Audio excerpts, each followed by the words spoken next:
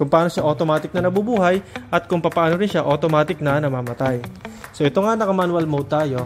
I-set natin yung ating generator sa fully automatic. So dapat yung ating generator dito ay naka-prepare na rin. Dapat naka-on siya. Connected yung ating ATS. Ayan.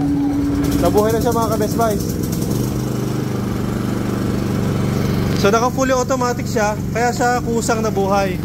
Nakahugot kasi yung linya mga ka-Best Buys, kaya siya kusang nabuhay. Ngayon, ang silipin nyo naman ngayon is kung paano siya kusang mamamatay. Ayan nga, at nagka-supply na ng kuryente. Ito na yung scenario kapag brown out tayo.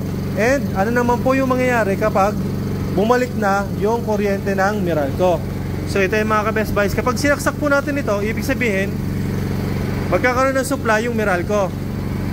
At dapat mamamatay ng kusa yung ating generator. Ayan na mga ka-Best Buys ha. May power na yung ating Meralco. Ayan. So kusang namamatay at kusang nabubuhay yung ating generator.